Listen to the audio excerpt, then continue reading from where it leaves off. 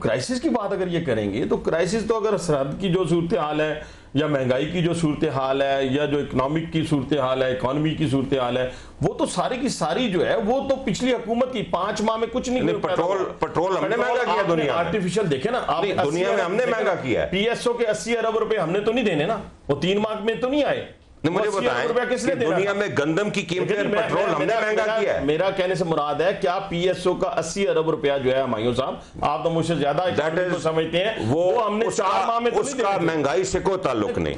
ساری دنیا مہنگائی کی زد میں ہے، اس طرح آ جائے نا، ساری دنیا مہنگائی کی زد میں ہے، اور وہ حل آپ نے کرنا ہے۔ میں یہ کہہ رہا ہوں کہ موجودہ تمام تر، میں کلیئر کر دوں، میرا ایک سوال ہے یہاں پر، میں آپ کی بات سے اتفاق کرتا ہوں، جو پیٹرول کی قیمتیں 1 سال انہوں نے فریز رکھی، جو ویٹ والا ایشو ہوا، they are responsible, general Musharraf is responsible, ساری غلطیاں ان کی ہیں، یہ بھی ساتھ قصوروار ہیں۔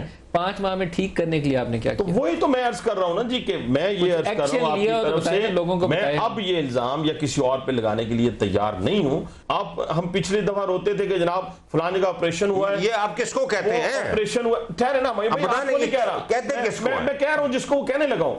آپ کہتے تھے کہ آپ اپوزیشن میں نہیں، آپ حکومت میں، جو ہو رہا ہے وہ غلط ہو رہا ہے، اس کو پارلیمنٹ میں آنا چاہیے تھا، تو اب بھی تو یہی ہوا۔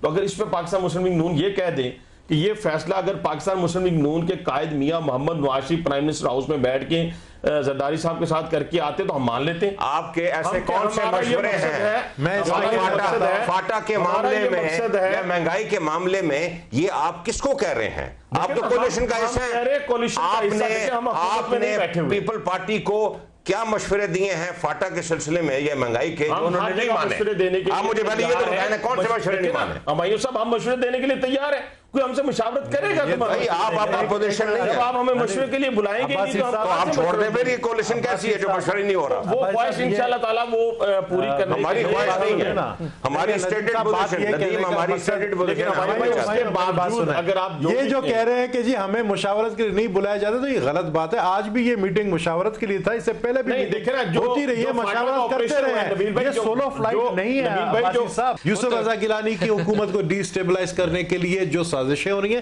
یہ بھی آپ لوگوں کو پتا ہے۔ کون کہہ رہے ہیں؟ ہم نہیں کر رہے۔ دیکھیں میری بات سنیں، آج چودھری شجاعت صاحب کے سٹیٹمنٹ پڑھے، کس طرح کے سٹیٹمنٹس دے رہے ہیں۔ آپ کو پتا کہ انڈیا میں الیکشن ایکسپیکٹڈ ہے نا جی، کانگریس نے ابھی تک صرف ایک پاس تھرو کیا، یہ ہوتا ہے ڈیموکریسی میں۔